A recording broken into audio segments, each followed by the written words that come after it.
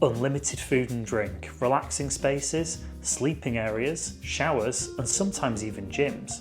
Airport lounge access is one of the most attainable ways that you can enhance your travel experiences, whilst also giving yourself that smug sense of superiority over everyone else in the terminal. But how can you access these lounges, and is it actually worth the cost? Well, in today's video, I'm going to go over 4 different ways that you can access these lounges. I'm going to tell you how much this typically costs, and whether or not you're just better off finding a nice bar or restaurant somewhere in the terminal. So the first, and probably the most obvious way of getting access to one of these lounges is if you fly business class or first class. Typically, when you do fly one of these premium classes, lounge access is included with that ticket. Now, there are some notable exceptions to this, particularly in the US. You won't typically get this on a domestic first class route, and you also don't get this with certain providers like JetBlue. However, the majority of the time, in all other circumstances, you would get access to a lounge. And the lounges that are provided by the airlines do tend to be the best ones. These are some of the nicest places, usually the biggest lounges as well. They tend to have the best quality food. In some of them, you'll get proper a la carte dining. Others aren't quite as nice, they'll just have a buffet food available. But even still, it's usually a fairly extensive buffet. You get unlimited drinks, some of them will have a fully stocked bar with cocktails. Others will have free pour spirits to just help yourself, and usually plenty of champagne or Prosecco. You'll also usually get access to showers, which can be really handy if you're connecting from a long haul flight. And on a similar note, some of them will also have places to sleep, and even sometimes somewhere to exercise. With your first class or business class ticket, you're not just limited to the lounges of the airline that you're flying with. If they're part of an airline alliance, you'll usually be able to access the airport lounges that belong to the other airlines within that alliance. So for example, when I flew with Finnair to Qatar, I was able to make use of the Qatar Airways Al Marjan Garden Lounge. Similarly, flying out of Heathrow Terminal 3 with British Airways, there's loads of different One World airlines that you can use. So with my British Airways ticket, I was able to access not just the British Airways lounge, but also the American Airlines lounge and the vastly superior Qantas lounge and Cathay Pacific lounges. And you can go to multiple lounges with one ticket as well. So just travelling on one business class route through Heathrow Terminal 3, I was able to access all 4 of those lounges. Now obviously the business class or first class ticket can be quite a lot more expensive than going for an economy fare. It'll obviously vary a lot from airline to airline, and it depends on the length of route as well. You know, if you're talking about some long haul trip, it's going to probably be thousands. If you're talking about just something within Europe, for example, where the actual onboard experience isn't that different and the main things you're paying for are those on the ground benefits like the lounge, you tend to find that the price difference isn't as significant. But that said, out of all the options on this list, this is probably going to be one of the more expensive options, but it is a good choice if you don't have some of the other methods available, and especially if there isn't that much difference in the ticket price. You'll also probably get disproportionate benefit from a lounge if you do tend to drink quite a bit. If you do like to have a few cocktails or maybe a few glasses of champagne before you go away, you know, that could really add up if you're trying to get those individually from a bar at the airport. You know, airport restaurants and bars, incredibly expensive. So it might be worth just seeing what is the difference between the economy and business class fare. Worth noting as well, and this does depend a little bit on the airline, but if you do have a business or first class ticket, you can usually also bring in a guest, so long as they are travelling with the same airline.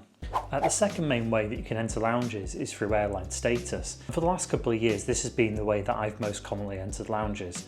So I've recently attained British Airways Gold status, which now means I have access to first class lounges, but prior to that I've held BA Silver status for the last couple of years, which has allowed me to get into their business class lounges.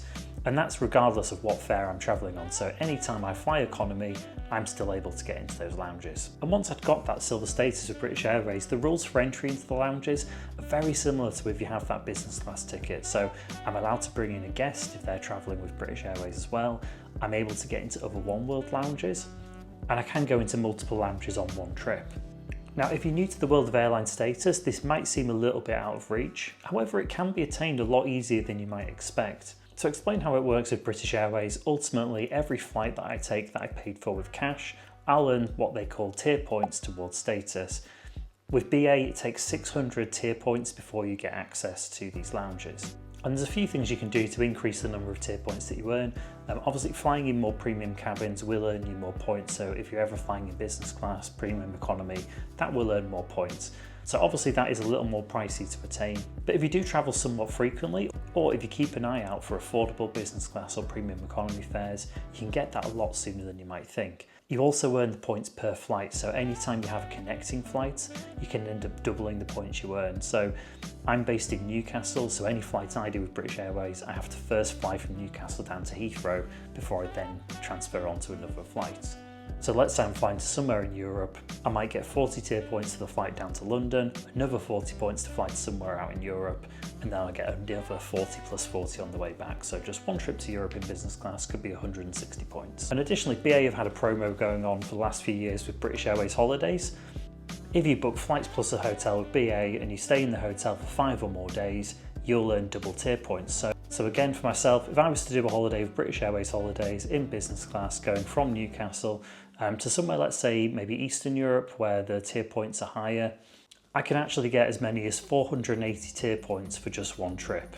So well on the way to silver status and lounge access. This status gets you into the same airline lounges as we talked about for point 1, so the exact same features and benefits apply. There are a couple of limitations when it comes to accessing lounges with status, so some airlines do have lounges that are specifically for people flying a certain class and you can't access it with your typical status. So for example, Qatar Airways will typically have a separate lounge that's used for those with status, which is different from the lounge that you fly on if you have a business or first class ticket. The third method to use are lounge passes. So these are things like Priority Pass or Dragon Pass that can give you unlimited access to lounges. Now the lounges they get you access to, they aren't typically the ones run by the airline, although there are some airline ones that will be part of those memberships. And typically these are third-party lounges that are either run by the airport or by a separate company, such as Aspire Lounges or Plaza Premium. Now you can buy these lounge passes directly, so for example, if you wanted to buy a Priority Pass to get access to their network of lounges, that would cost £420 for an unlimited membership. And with that membership, you can access lounges all around the world. So I don't think I've ever been to an airport that hasn't had a Priority Pass option. I'm sure there are one or two smaller airports out there that won't, but most of the time I've been able to find a lounge. Now, whether or not you'll get into them is another story. Sometimes these lounges can get very busy. And I've noticed, especially the last few years, the frequency of these places getting booked up is getting more and more often. The quality of these lounges tends to be not as good as the airline ones as well. Now, there are exceptions to this. You'll get some lounges that you can access through these passes that are absolutely brilliant. I had a great one in Vienna earlier this year. I've been to a brilliant one in Venice, and a couple in the States that have been pretty good as well in the Plaza Premium lounges. But as a general rule, they tend to be a bit less generous than the airline lounges. They're usually smaller spaces, so they get busier easier. The food offering doesn't tend to be as good. There's usually not as much variety, and the quality usually isn't quite as good either. And drinks, to be honest, is a bit more varied. Some lounges have a brilliant selection and others are quite limited. But again, generally speaking, they tend to be on the more limited side compared to the airline lounges. That said, you'll still usually find that they're a much more pleasant experience than being out and about in the terminal. They, as busy as they can get sometimes, they do tend to still be nicer. You're still going to probably find somewhere to sit down and you're going to have unlimited food and drink. You might just sometimes have to pay a little bit extra if you want to get food or drink that's a bit more premium. Now, I did mention that you can just directly buy a Priority Pass, but for myself, and I think for most people, we would tend to get them through a credit card. So in the UK, I use my AMEX Platinum card, which comes with a Priority Pass as part of the membership. So the Priority Pass on its own is £420, whereas the AMEX Platinum has a £650 annual fee. So for a couple of hundred extra, I'm getting access to the Priority Pass, plus all the other benefits that come with that card, like travel insurance, various credits that I get to use at restaurants, and lots of other perks. And in addition to getting me into Priority Pass lounges, the Amex Platinum will also get me access into some other lounges, for example, the Amex Centurion Lounge. Now, this is something that quite a few card providers in the US have started coming out with, doing their own special lounges. Amex Centurion lounges were the first ones to do it, and you would need an Amex Platinum or above to get access to those. And another thing that's great about this is the number of people that you can get into the lounge. So if you have a Priority Pass via the UK Amex Platinum, you can always bring a guest in with you. Additionally, if you were to get a supplementary card holder on your Amex account, that supplementary card holder would also get their own Priority Pass.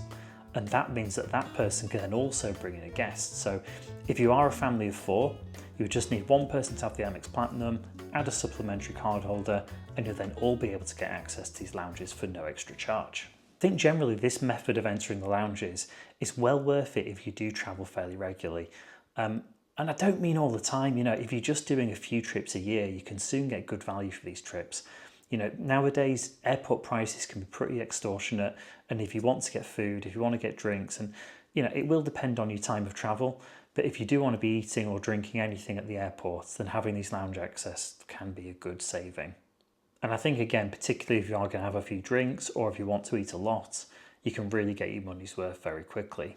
And then the final way I want to talk about is to individually pay entry to the lounge. So not all airport lounges offer paid entry, but quite a few do. And usually it'll be the kind of ones that you would be able to get in with Priority Pass. So thinking like your Aspire lounges, your Plaza Premiums, usually those lounges will allow you to pay entry.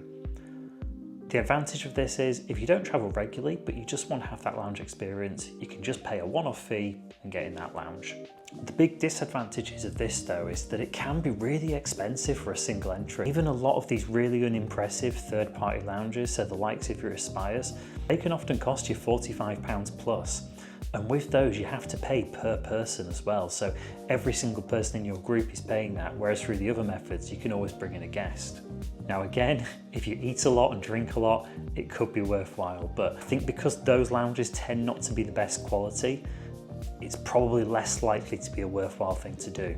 But it is probably the cheapest method out of all of these to at least try out that lounge experience, see what you think of it, and if you do like it, you might then work towards one of those other methods. So interestingly, some of the airline lounges are now actually allowing you to pay entry to them. So for example, with Qatar Airways, if you're flying in economy with Qatar, you can actually pay to get into the Al Marjan business class lounge. It is expensive, I believe they charge about $100 for this, but given that people can often find themselves on quite long connection times in Doha, and given how good the quality of these lounges are, you've got really good a la carte dining, good quality drink, and just really nice relaxing places to hang out, I think they can be worthwhile. When I had a recent connection there, I was there for about 9 hours and I did manage to get a private room to sleep. Didn't sleep much, but I did at least have a private area for that. I was able to go to the gym in the morning, get a good workout in, have a shower and have some food. So if you do have a long connecting time like that, it maybe would be worthwhile paying that. But overall, is it worth actually going in these lounges? Well, I've got to say, I've been accessing these airport lounges for quite a few years now, and I don't think I could go back, to be honest. It makes those travel day experiences so much more pleasant, especially when it comes to some of the airline lounges that I'm able to get in with my status. I am often getting like a really good meal. If I've got a long connection, it's usually several meals. And if I'm at the start of a trip, usually a few drinks as well. On a recent holiday to Tunisia, on the way back, we were going to access an airport lounge through our Priority Pass. However, we didn't do our research before we got there, and it was actually a lounge you had to access before going through the airport security.